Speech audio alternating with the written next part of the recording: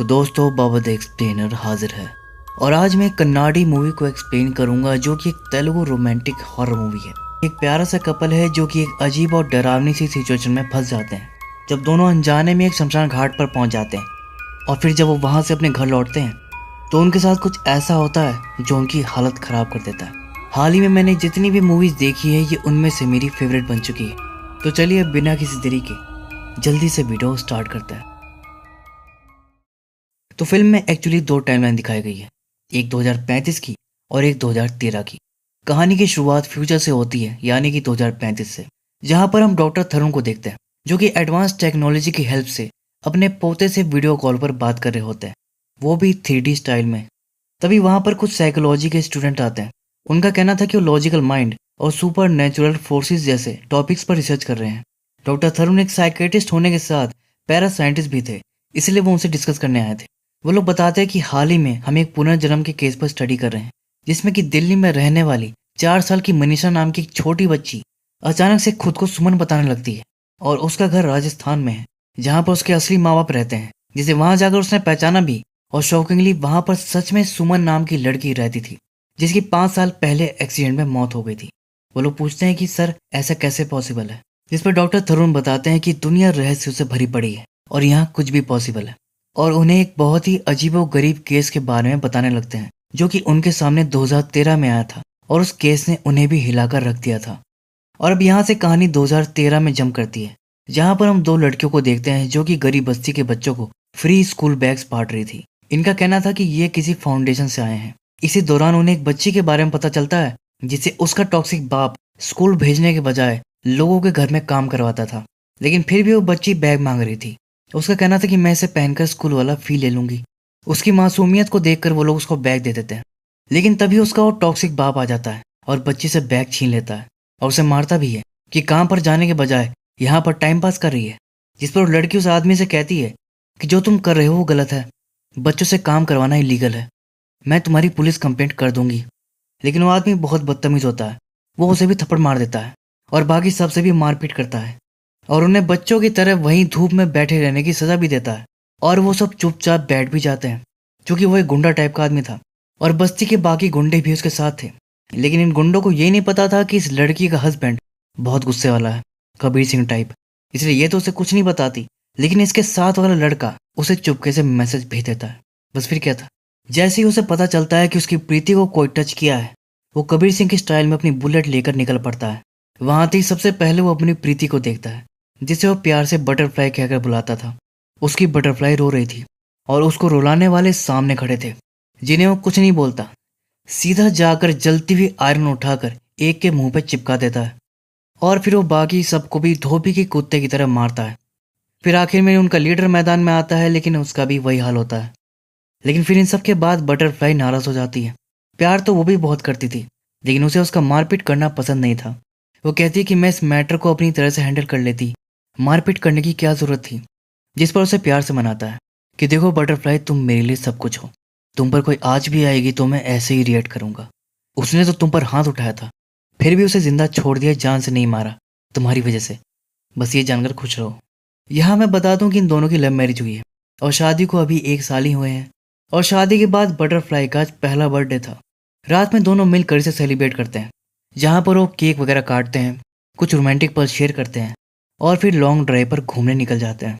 लेकिन तभी रास्ते में उन्हें बैरिकेड लगा मिलता है और वहां पर एक आदमी उन्हें बताता है कि सामने एक्सीडेंट हो गया है, इसलिए आप बाजू वाले रास्ते से निकल जाइए। फिर वो उसी रास्ते से निकल जाते हैं। इसी दौरान वो लड़का रोमांटिक होने लगता है और बटरफ्लाई को किस करने लगता है। लेकिन तभी सामने से एक गाड़ी आ जाती है, तो तुरंत गाड़ी संभालता है। वो गाड़ी तो साइड से होकर निकल जाती है, लेकिन ये दोनों सामने खड़ी एक रोड रोलर से टकरा जाते हैं। लेकिन शुक्र है कि दोनों बच जाते हैं, उन्हें ज्यादा चोट वोट भी नहीं आई थी। लेकिन इनके कार का सत्यानाश हो गया था, ऊपर से सुनसान टाइप एरिया था। बटरफ्लाई तो परेशान होने लगती है। और अब यहाँ पर हमें पता चलता है कि बटरफ्लाई का नाम असल में दिया है और उस लड़के का नाम ऋषि है। ऋषि देखता है कि सामने एक घर था। वो कहता है कि उन्हीं से जाकर हेल्प मांगते हैं। लेकिन जब वो आगे जाकर देखते हैं तो घर पर तो ताला लगा था।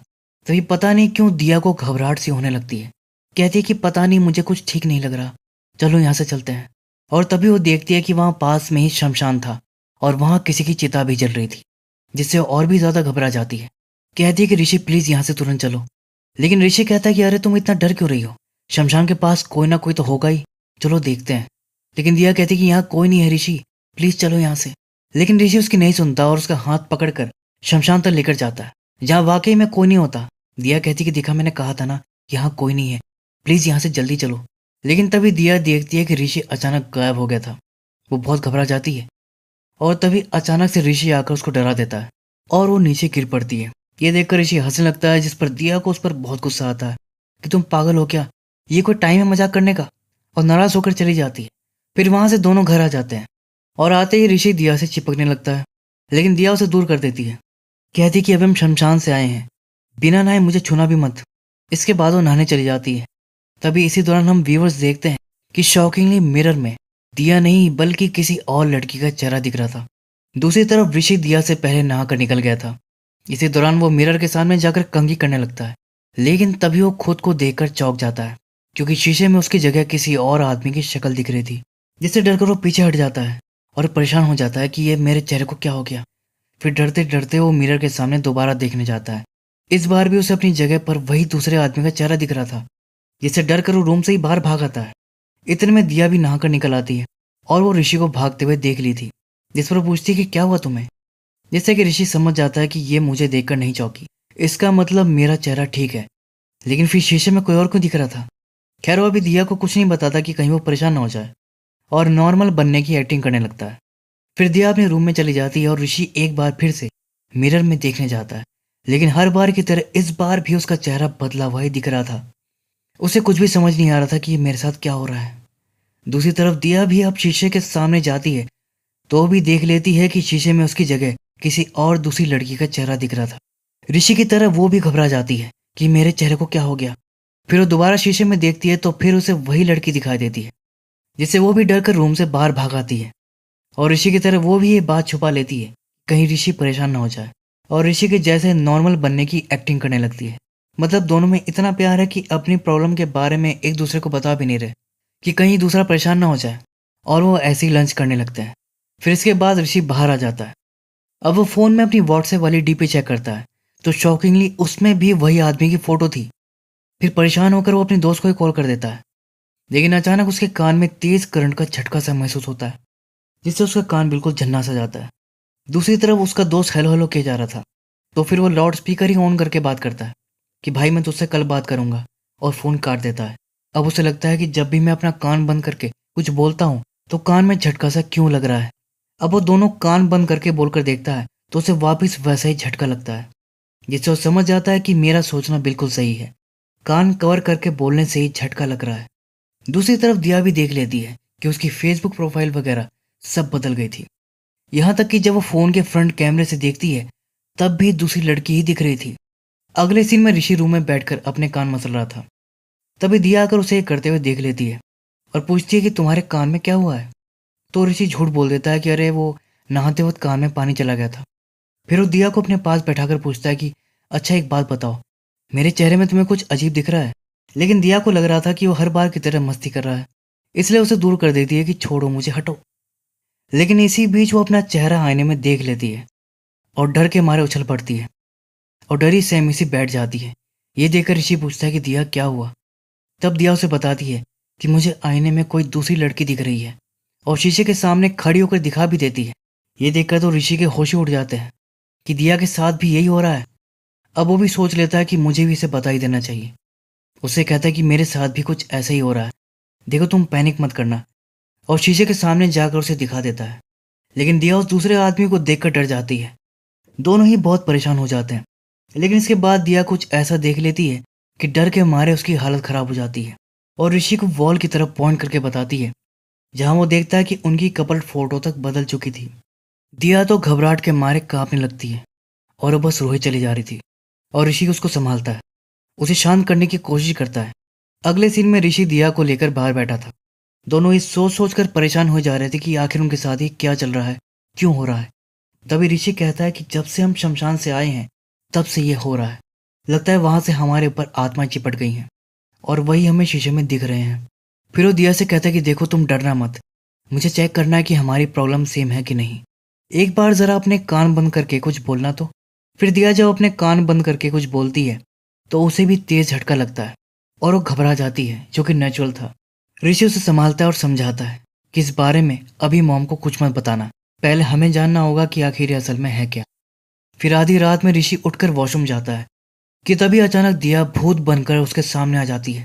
ऋषि उसे ऐसे देखकर घबरा जाता है, कहता है कि दिया तुम्हें क्या हो गया, लेकिन दिया कुछ नहीं बोलती और खतरनाक तरीके से स्माइल करती है। फिर अचानक जोर से चिल्लाती है और ऋषि पर अटैक कर देती है। उसका गला पकड़कर उसे ऊपर उठा देती है और बाथ टब की तरफ उछाल देती है।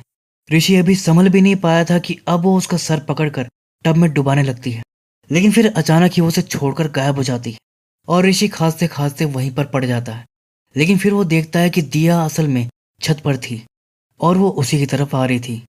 ऋषि घबराकर तुरंत उठ जाता है, लेकिन फिर वो शीशे में देखता है कि दिया उसके पीछे थी और अब वो उसे पकड़कर मिरर से टकराने जाती है कि तभी इतने में दिया की नींद टूट जाती है और उसे रियलाइज होता है कि वो एक भयानक सपना देख रही थी। वो तुरंत ऋषि के पास जाती है और उसे लगकर रोने लगती है। उसे बताती है कि बहुत बुरा सपना देखा, कि मेरे अंदर के भूत ने तुम्हें मार दिया। मुझे बहुत डर लग रहा है कि कहीं मैं तुम्हें कुछ कर ना दूं। ऋषि कहता है कि तुम शांत हो जाओ, मेरे अंदर भी तो एक भूत है। तुम वायलेंट हो गई तो वो थोड़ी ना साइलेंट रहेगा। खैर वो सब छोड़ो, मुझे एक बात समझ में आई है कि सिर्फ हम दोनों को ही ये दिख रहा है, क्योंकि अगर प्रोफाइल फोटो सच में बदल गई होती तो हमारा कोई दोस्त या रिश्तेदार हमें कॉल करके बताता, लेकिन अभी तक ऐसा कुछ नहीं हुआ। तभी वहां पर घर की एक मेड आती है और सामने उसी बंदे की फोटो लगी थी। ऋषि को अपनी थ्योरी टेस्ट करने का आइडिया आता है और उससे कहता है कि देखो वो फोटो पर धूल लगी है, जरा साफ कर देना। तो मेड जाकर फोटो को साफ करने लगती है और दोनों देखते हैं कि मेड फोटो को देखकर क्या रिएक्ट करती है। लेकिन मेड तो फोटो को चुपचाप साफ करके कहती है कि साफ धूल नहीं है, आपको दूर से लगा होगा, और ये कहकर चली जाती है, जिससे ऋषि की थ्योरी सही साबित हो जाती है कि फोटोज वगैरह में उन्हीं को दूसरों की शक्ल दिख रही है, लेकिन बाकी सबको नॉर्मल ही दिख रहा है। अब ऋषि दिया से कहता है कि एक काम करते हैं, ये क्या है इसके बारे में दोनों तरह से पता करते हैं। मैं जाकर साइकेट्रिस्ट को दिखाता हूँ, तुम चर्च जाकर फादर से बात करो, ये भूत है बीमारी, सब क्लियर हो जाएगा। बस फिर क्या था, ऋषि जाकर डॉक्टर को दिखाता है। उसकी बात सुनने के बाद डॉक्टर कहता है कि कल रात आपने शमशान में किसी की चिता देखी, जिससे कि शायद आप लोग डर गए हैं और इसी की वजह से आप लोगों को भ्रम हो रहा है और कुछ नहीं। डॉक्टर का कहना था कि वो हिप्नोथेरेपी में पीएचडी है और ये प्रॉब्लम वो चुटकी में सॉल्व कर देगा। फिर वो ऋषि को मिरर के सामने बैठा देता है, लेकिन ऋषि मिरर में देखने से डर रहा था। इस पर डॉक्टर कहता है कि डरिए मत, कुछ नहीं है। लेकिन तभी डॉक्टर खुद मिरर में देखकर चौंक जाता है। दूसरी तरफ दिया चर्च में होती है। फादर भी मिरर में दूसरी लड़की का चेहरा देखकर हैरान थे। दिया पूछती कि फादर क्या आने वाली लड़की मर चुकी है और उसकी आत्मा मेरी बॉडी में है, लेकिन फादर इस बारे में कुछ नहीं बता पाते कि लड़की कोई आत्मा है या कुछ और। फिर उन्हें इससे मिलता जुलता एक केस याद आता है। वो बताते हैं कि 400 साल पहले ग्रीस के गांव में भी एक बच्चे को आईने में कोई बड़ा आदमी दिखाई देता था। गांव वालों ने जब ये देखा तो उन्होंने बताया कि बच्चे पर किसी डीमन का साया आ गया और डीमन को भगाने के लिए उन्होंने इस बच्चे को ही मार दिया था। मैंने तो ये किसी किताब में पढ़ा था, लेकिन आज पहली बार अपने सामने ऐसा कुछ देख रहा हूँ। इधर डॉक्टर के पास भी कोई जवाब नहीं था कि शीशे में दूसरा आदमी कौन है, इससे ऋषि का क्या कनेक्शन है। इसलिए वो ऋषि से कहता है कि मैं आपको हिप्नोटाइज करके इसके बारे में पूछूंगा, आप मुझे बताना। पॉइंट ये है कि कई बातें हमारे सबकॉन्शियस माइंड को पता नहीं रहती या याद नहीं रहती, लेकिन अनकॉन्शियस माइंड में सब बातें स्टोर रहती हैं। हिप्नोटिज्म में अनकॉन्शियस माइंड एक्टिव हो जाता है। तो अगर ऋषि इस आदमी को कहीं देखा होगा या उससे रिलेटेड कोई भी जानकारी होगी तो निकल आएगी। बस फिर क्या था, डॉक्टर ऋषि को हिप्नोटाइज करके उससे उस आदमी के बारे में पूछने लगता है कि आपने इसे कहाँ देखा है, क्या आप इसे जानते हैं, या इसके बारे में कुछ भी पता हो तो प्लीज बताइए। लेकिन ऋषि कुछ भी बता नहीं पाता, वो आदमी तो उसके लिए बिल्कुल अननोन था। दूसरी तरफ दिया चर्च से घर भी लौट आती है। इतने में उसकी सास भी घर आ जाती है, क्योंकि कल रात से दोनों ही फोन नहीं उठा रहे थे और वो परेशान हो रही थी। इसके लिए वो दिया को खूब डांटती भी है और ऋषि के बारे में पूछती है। तो दिया झूठ बोल देती है कि कल वो बाथरूम में गिर गया था, डॉक्टर को दिखाने गया है। दूसरी तरफ ऋषि भी घर ही लौट रहा था। इतने में इधर उसकी माँ दिया का दूसरा रूप मिरर में देखकर डर जाती है कि हाय राम, ये मेरी बहू नहीं है, ये तो कोई भूतनी है, और चुपके से उसकी फोटो क्लिक कर लेती है। इसी दौरान दिया ऋषि को कॉल करती है, उससे पूछती है कि डॉक्टर ने क्या कहा। ऋषि कहता है कि कुछ टैबलेट दी हैं, बताया कि उसे ठीक हो जाएगा। फिर वो पूछता है कि फादर ने क्या बताया। दिया कहती है कि कुछ क्लियर नहीं बताया, बस कहा कि फिक्र मत करो और हिम्मत से काम लो, और बताती है कि सासू माँ भी आई हुई है। कल हम लोग फ़ोन नहीं उठा रहे थे इसलिए बहुत डांट पड़ी, तुम्हारे बारे में पूछा तो बता दिया कि तुम बाथरूम में गिर गए, इसलिए डॉक्टर को दिखाने गए हो। तुम भी उन्हें यही बताना, और प्लीज़ जल्दी आ जाओ, मुझे अकेले अजीब लग रहा है। लेकिन ऋषि कहता है कि अभी नहीं आ सकता, पहले मैं शमशान जाकर पता करता हूँ कि वहाँ कोई 2 लोग मरे थे क्या। तुम घबराना मत, मैं जल्दी आ जाऊँगा। इसके बाद वो शमशान चला जाता है। वहाँ पर उसे एक बूढ़ी अम्मा मिलती है। ऋषि उनसे पूछता है कि माँ जी, क्या कल यहाँ पर कोई 30-35 साल के लड़के और लड़की की लाश को जलाया गया था? लेकिन वो बताती है कि वो लोग जवान नहीं थे, बुढ़े थे, जिससे ऋषि का दिमाग और घूम जाता है। तो फिर ये दोनों किनकी आत्माएं हैं और हम पर कहाँ से चिपटे? दूसरी तरफ ऋषि की माँ फोटो ले जाकर किसे दिखाती है? डॉक्टर थरुण को। तो इस तरह ये केस डॉक्टर थरुण के पास आया था। ऋषि की माँ कहती है कि डॉक्टर ये क्या चक्कर है, क्या मेरी बहू के ऊपर कोई भूत है? लेकिन थरुण कहता है कि अभी आपकी बहू को देखे बिना मैं कुछ नहीं बता सकता, पहले आप उसे लेकर आइए। इसके बाद ऋषि की माँ उसको कॉल करके सब बता देती है कि आज आईने में मैंने दिया की जगह कोई दूसरी लड़की को देखा, मुझे कुछ समझ नहीं आ रहा था, इसलिए मैं डॉक्टर थरुण के पास आई हूँ। तुम एक काम करो, दिया को लेकर तुरंत यहाँ आ जाओ। अब फोन लाउड स्पीकर पर था, इसलिए दिया ने भी सब सुन लिया था। ऋषि सोचता है कि अब माँ से छुपाने का कोई फायदा नहीं, और अब अपने बारे में भी बता देता है कि दिया के जैसे मुझे भी आईने में कोई और दिख रहा है। बस फिर क्या था। इसके बाद दोनों ही डॉक्टर थरुण के पास जाते हैं और थरुण उसे साइकोलॉजिकल इशू ही बताता है। लेकिन जब ऋषि उसे मिरर के सामने ले जाकर दूसरे आदमी को दिखाता है तो फिर थरुण भी चौंक जाता है, कहता है कि ये तो बड़ा अजीब सा केस है। फिर वो एक पुलिस वाले को बुलवाता है और उसे मिरर वाले को दिखाता है ताकि वो इन्वेस्टिगेट करके पता कर सके कि वो जिंदा है या नहीं। लेकिन इसमें तो टाइम लगता और ऋषि को अभी जानना था कि ये लोग भूत हैं या नहीं। जिस पर डॉक्टर एक ईवीपी मशीन निकालता है जो कि स्पेशली भूतों की ही फ्रिक्वेंसी को रिकॉर्ड करने के लिए बनाया गया है। वो ऋषि को उसमें कुछ बोलने के लिए कहता है, लेकिन उसमें कुछ भी रिकॉर्ड नहीं होता। जिसके बाद वो ऋषि को बताता है कि ये भूत नहीं है, कोई रियर मेडिकल कंडीशन है। फिलहाल मैं कुछ दवाई लिख देता हूँ, मे भी उससे थोड़ा आराम मिल जाएगा। फिर उनके जाने के बाद ऑफिसर कहता है कि शुक्र है, भूत की बात सुनकर तो मैं पहले डर ही गया था। जिस पर तरुण कहता है कि शीशे में कोई और दिख रहा है, तो भूत नहीं तो और क्या है। ऑफिसर कहता है कि सर ये क्या बात हुई, पहले आप मेडिकल कंडीशन बताते हैं, अब भूत बता रहे हैं। तरुण बताते हैं कि पेशेंट के सामने ऐसा नहीं बोल सकते ना कि तुम्हारे अंदर भूत है, वो पहले से डरे हुए हैं और डर जाएंगे। फिर वो उसे असली ईवीपी डिवाइस निकाल कर दिखाता है। पहले वाला नकली डिवाइस था, इसलिए उसमें कुछ रिकॉर्ड नहीं हुआ था। लेकिन जब वो इसे प्ले करके सुनाता है तो अजीब सी डिस्टॉर्टिंग सी आवाज़ सुनाई देती है। फिर इन सब के बाद जब डॉक्टर अपने घर जाने लगते हैं तभी अचानक उन्हें ऋषि दिखाई देता है, जो कि बहुत ही गुस्से में उसे देख रहा था। थरुण तो सोच में पड़ जाते हैं कि इसे क्या हो गया, और इतने में वो गायब भी हो जाता है। फिर थरुण वहां से कैफे चले जाते हैं तो ऋषि कैफे के बाहर भी उसे स्टॉक कर रहा था। फिर देखते ही देखते वो गायब भी हो जाता है। फिर थरुण जब वहां से अपनी कार में जाने लगते हैं तो क्या देखते हैं कि मिरर में वही भूत दिखाई दे रहा था, यानी कि बैक सीट पर ऋषि बैठा हुआ था। डॉक्टर समझ जाते हैं कि ऋषि जानबूझकर उसे डरा रहा है। फिर वो बाहर निकलकर उससे बात करते हैं, कहते हैं कि अरे यार, एक तो मैं तुम्हारी मदद करना चाह रहा हूँ और तुम हो कि मुझे ही डराने की कोशिश कर रहे हो, क्यों?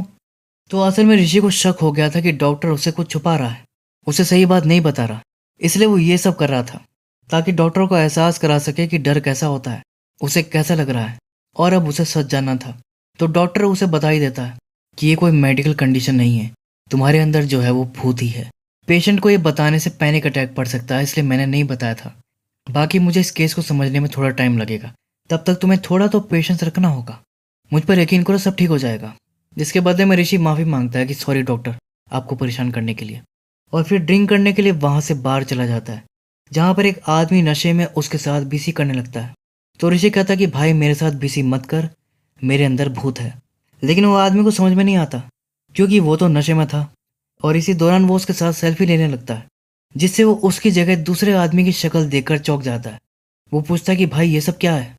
ऋषि बताता है कि भाई मैंने कहा था ना मेरे अंदर भूत है, ये वही है। जिससे डरकर उस आदमी का नशा वशा सब उतर जाता है और वो भाग जाता है। खैर अगले दिन तरुण ऋषि और दिया को बुलाते हैं क्योंकि ऑफिसर ने पता लगा लिया था कि मिरर में दिखने वाले भूत किसके हैं। ऑफिसर बताते हैं कि जिस रात वो लोग उस शमशान घाट के पास थे उसी रोड पर एक एक्सीडेंट में एक कपल की मौत हो गई थी, जिनके नाम थे अर्जुन और माधवी। और फिर न्यूज़पेपर में खुद की फोटो देखकर तो दोनों के पैरों तले जमीन खिसक जाती है जब उन्हें पता चलता है कि उस रात वो एक्सीडेंट में सरवाइव नहीं किए थे, बल्कि उनकी मौत हो गई थी। असल में अर्जुन और माधवी इनका नाम है, ये लोग भूत हैं। और जब से ये दोनों ऋषि और दिया की बॉडी में हैं, मिरर में ये दोनों दिखते हैं। अब क्योंकि इनकी मेमोरी आपस में जुड़ी हुई थी, इसलिए खुद को ऋषि और दिया ही समझ रहे थे। ऋषि और दिया इनको मिरर में देखकर डरते थे और जो लोग वो फील करते हैं इन्हें भी वही फील होता है, क्योंकि ये खुद को ऋषि और दिया ही समझ रहे थे। इन्हें पता ही नहीं था कि ये लोग मर चुके हैं और वो ऋषि और दिया की बॉडी में है। और वो घर भी उनका नहीं है, ऋषि और दिया का है। इसलिए घर में उनकी फोटोज लगी थी, फोन भी उन्हीं के हैं, तो डीपी भी उन्हीं की लगी होगी ऑब्वियसली। और वो ऋषि की माँ है, अर्जुन की नहीं। ये दोनों अब तक इनकी बॉडी में इनकी मेमोरी के साथ सब कुछ देख और समझ रहे थे। डॉक्टर थरुण इस कहानी को अर्जुन के पॉइंट ऑफ व्यू से समझा रहे थे, इसलिए सुनने वाले अर्जुन और माधवी को बाहर और ऋषि और दिया को मिरर के अंदर इमेजिन कर रहे थे, जबकि रियलिटी इसके ठीक अपोजिट थी। और इसलिए हमें भी यही दिखाया जा रहा था और आगे भी ऐसे ही दिखाया जाएगा। आगे भी इसे अर्जुन के पॉइंट ऑफ व्यू से ही बताएंगे। खैर, अब कहानी कंटिन्यू होती है, जहां अर्जुन और माधवी को अपनी रियलिटी समझ आ गई थी, तो वो भी वजूद में आ गए थे और वो लोग भूत थे, इसलिए वो ऋषि और दिया को कंट्रोल कर रहे थे। अर्जुन को अब यह जानना था कि इनकी बॉडी में वो कैसे आए, जिसके लिए वो शीशे के सामने जाकर उनसे बात करने की सोचते हैं। अर्जुन जब ऋषि को मिरर के सामने लेकर जाता है तो उसे देखते ही वो डर कर वहां से जाने की कोशिश करता है, लेकिन अर्जुन उसे रोक देता है और उसे समझाता है कि मुझसे डरो मत, मुझे बताओ कि उस रात क्या हुआ था। और अब यहाँ पर पता चलता है कि उस रात ये दोनों भी उसी रोड से गुजर रहे थे। एक्सीडेंट स्पॉट पर कार लगी देखी तो वहां देखने आ गए। उस वक्त अर्जुन और माधवी की बॉडी कार में नहीं थी, लेकिन उनकी आत्मा कार से ही जुड़ी हुई थी, जो वहां से इनके ऊपर लग गई। फिर वहीं से दोनों शमशान गए थे, जहां ऋषि ने दिया को डराया भी था। फिर वहां से जब दोनों अपने घर आए तो शीशे में अपने अंदर के भूत यानी कि अर्जुन और माधवी को देखकर डरने लगे थे। अर्जुन और माधवी सेम चीज एक्सपीरियंस कर रहे थे, बस उन्हें इसका अपोजिट दिख रहा था। खैर, अब ऋषि की बॉडी में अर्जुन भी एक्टिव हो चुका था, तो अब अर्जुन थरुण से बात करने जाता है कि हमें क्या करना चाहिए। डॉक्टर उसे सलाह देते हैं कि तुम लोग अपनी मेमोरी को रिवाइव करने की कोशिश करो, अपने घर जाकर अपने असली माँ बाप को पहचानने की कोशिश करो। जिसके बाद अर्जुन दिया के साथ अपने एड्रेस पर जाता है, जहाँ उसे याद आने लगता है कि यहाँ वो कभी क्रिकेट खेला करता था। फिर अपने घर की तरफ जाता है तो वहाँ उसे अपना बचपन याद आने लगता है। घर के अंदर जाकर वो देखता है कि उसके माँ बाप अभी भी उसकी मौत के गम में रो रहे थे।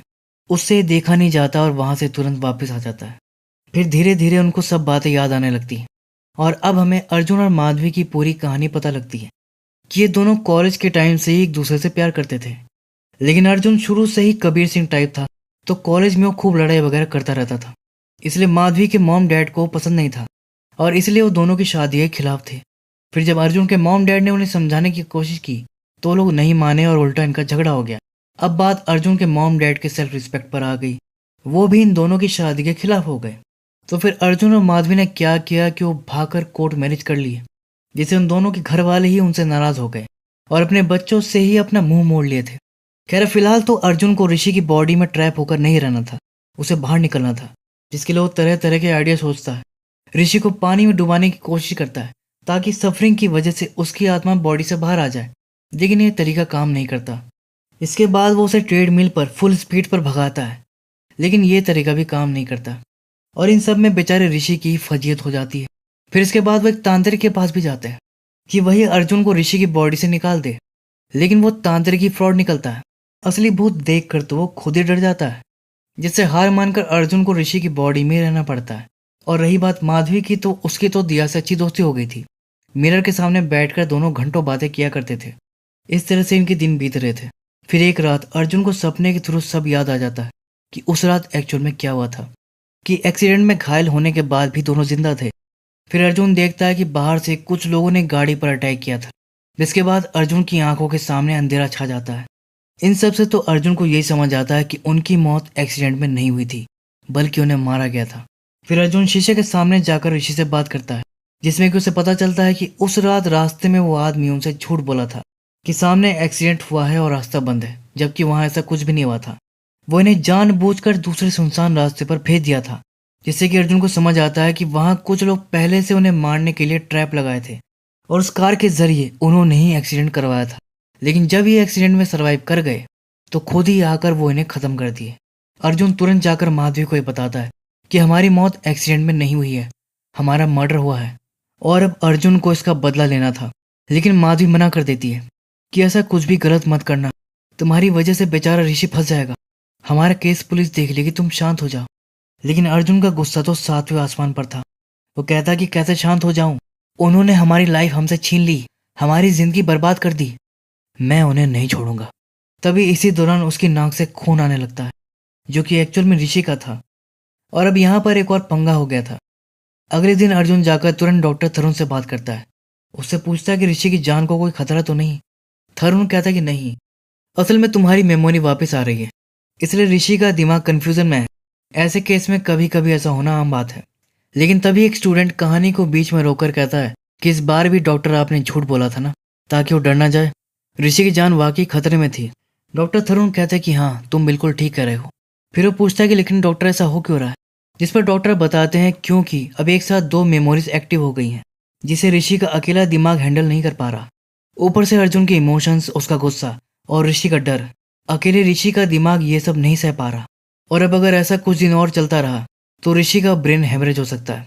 ऋषि की जान खतरे में है। ये बात डॉक्टर उन लोगों को तो नहीं बताते, लेकिन ऋषि की माँ को बता देते हैं, जिससे वो परेशान हो जाती है। लेकिन डॉक्टर उन्हें यकीन दिलाते हैं कि आप चिंता ना करें, हम इसका कोई सॉल्यूशन निकाल लेंगे। इसी बीच अर्जुन ऑफिसर से मिलने जाता है और अपने एक्सीडेंट वाले केस को मर्डर बताकर पता करने को बोलता है कि इसके पीछे कौन लोग हैं। फिर एक दिन किस्मत से अर्जुन को वही आदमी दिख जाता है जिसने उन्हें दूसरे रास्ते पर भेजा था।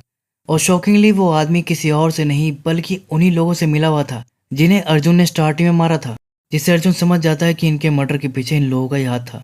दूसरी तरफ थरुण एक सर्जन से मिलकर ऋषि की ब्रेन सर्जरी करने की बात कर रहा था, लेकिन सर्जन इसके लिए एग्री नहीं हो रहा था।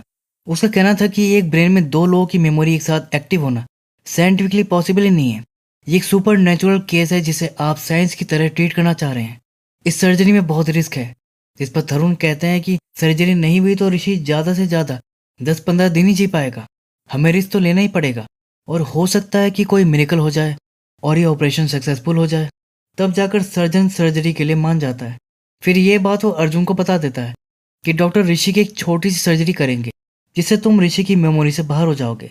अर्जुन समझ जाता है कि सर्जरी के बाद वो खत्म हो जाएगा, लेकिन वो उसके लिए तैयार था क्योंकि उसका कहना था कि मैं तो वैसे ही मर चुका हूँ, मेरी वजह से बेचारा ऋषि और उसकी फैमिली वाले क्यों सफर करें।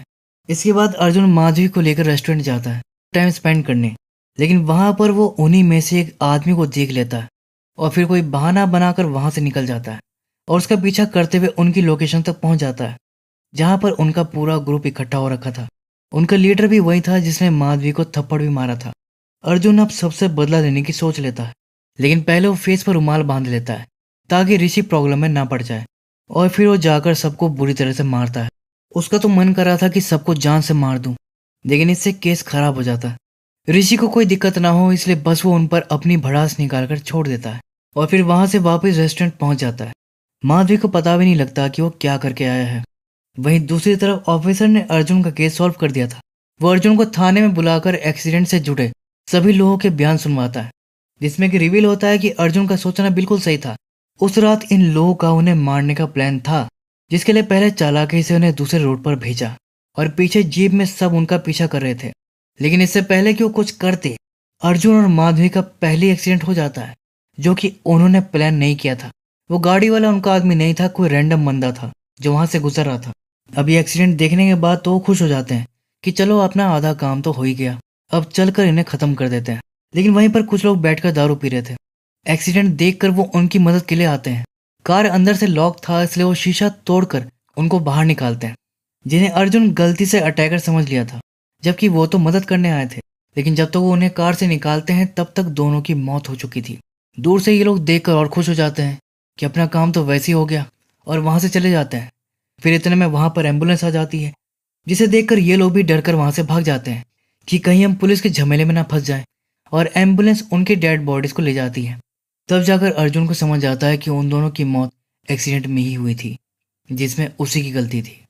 फिर ये सब वो माधवी को बता देता है कि अब तक मैं समझ रहा था कि हमारा मर्डर हुआ है, जिन्होंने ये किया उनको जान से मारने का मन कर रहा था, जबकि गलती खुद मेरी थी। मैंने ही ड्राइविंग करते वक्त लापरवाही दिखाई। मेरी एक छोटी सी गलती की वजह से तुम्हारी भी जान चली गई। अपने साथ साथ मैंने तुम्हारी जिंदगी भी बर्बाद कर दी।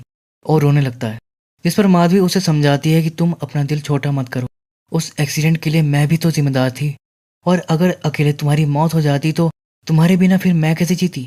कम से कम मरने के बाद भी मैं तुम्हारे साथ हूँ, बस इसी बात से मैं खुश हूँ। खैर अब इन दोनों का ऑपरेशन होने वाला था, तो सोचते हैं कि जाने से पहले एक बार अपने माँ बाप से मिल लेते हैं। अगले दिन अर्जुन अपने घर जाता है, लेकिन क्योंकि वो ऋषि की बॉडी में था इसलिए उसके मॉम डैड उसे पहचान नहीं पाते। पूछते हैं कि तुम कौन हो बेटा। तो अर्जुन उन्हें शीशे के सामने लेकर जाता है, जिसमें कि वो अर्जुन को देखकर भावुक हो जाते हैं कि हमारा बेटा लौट आया, और वो उसके गले लगकर रोने लगते हैं। दूसरी तरफ माधवी भी अपने माँ बाप से मिलती है। दोनों अच्छे से अपने अपने मॉम डैड के साथ टाइम स्पेंड करते हैं। फिर अर्जुन उन्हें बताता है कि मैं कुछ समय के लिए ऋषि के बॉडी में था, अब मुझे जाना होगा, लेकिन आप लोगों को प्रॉमिस करना होगा कि आप नहीं रोएंगे, नहीं तो मेरी आत्मा भी रोएगी, इसलिए आप अच्छे से रहना। और उन्हें लास्ट गुड बाय कहकर चला जाता है। लेकिन माँ तो माँ होती है, जिस शीशे में वो दिखा था वो उसी से लगकर रोने लगती है। खैर, अब इन सब के बाद दोनों हॉस्पिटल में होते हैं, जहाँ माधवी अर्जुन को बताती है कि अब उसे कोई रिग्रेट नहीं है, अब वो खुशी खुशी जा सकती है। अर्जुन का भी यही सोचना था। फिर दोनों अपने फेट को एक्सेप्ट करके बेड पर जाकर लेट जाते हैं और एक दूसरे को आखिरी बार देखकर अपनी आंखें बंद कर लेते हैं। लेकिन फिर बाद में जब डॉक्टर ऑपरेशन के लिए आता है तो अर्जुन और माधवी ऑलरेडी उनकी बॉडी से जा चुके थे। अब वो शीशे में दिखाई नहीं दे रहे थे और ऋषि और दिया को कुछ भी याद नहीं था कि उन्हें क्या हुआ था। लेकिन अब आप सोच रहे होंगे कि अचानक ऐसा हुआ कैसे। तो असल में अपने माँ बाप से मिलकर उनसे बात करके दोनों की आत्माओं को फाइनली शांति मिल गई थी। दोनों ने कहा भी था कि अब हमें कोई रिग्रेट नहीं है, इसलिए उन्हें मुक्ति मिल गई और वो चले गए। इसी के साथ डॉक्टर थरुण अपनी कहानी को खत्म करते हैं। फिर सब स्टूडेंट्स वहां से जाने लगते हैं।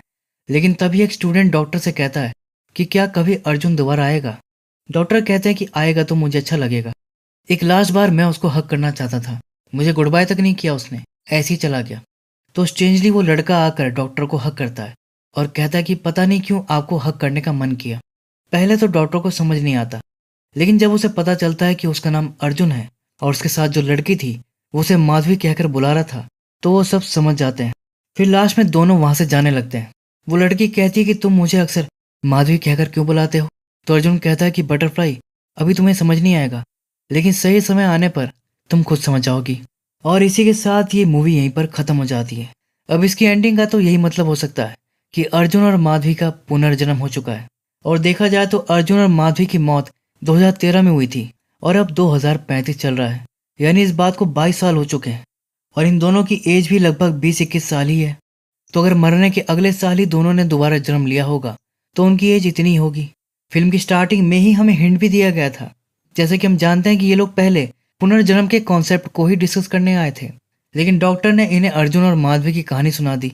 वैसे लास्ट में दोनों की बातों से तो यही पता लगता है कि माधवी को पिछले जन्म का कुछ याद नहीं है, लेकिन अर्जुन को याद है, इसलिए वो उसे माधवी और बटरफ्लाई कहकर बुला रहा था, जबकि इस जन्म में उसका नाम कुछ और है, जैसे कि डिस्क्लोज नहीं किया गया। और शायद वो जानबूझकर यहाँ उसे कहानी सुनाने लाया था ताकि उसे सब याद आ जाए।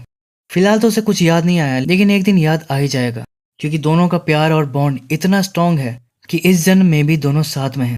फिल्म के लास्ट में एक मैसेज भी दिया जाता है कि हर साल रोड एक्सीडेंट में न जाने कितने अर्जुन और माधवी की मौत हो जाती है, जिन्हें अपने फैमिली वालों को लास्ट गुड बाय कहने का भी मौका नहीं मिलता है, इसलिए ड्राइव करते वक्त लापरवाही ना दिखाएं। इसी मैसेज के साथ आज की वीडियो यहीं पर खत्म करते हैं। तो उम्मीद है कि वीडियो आपको पसंद आई होगी। तो फिर मिलता हूँ अगली वीडियो में, तब तक के लिए take care and keep watching.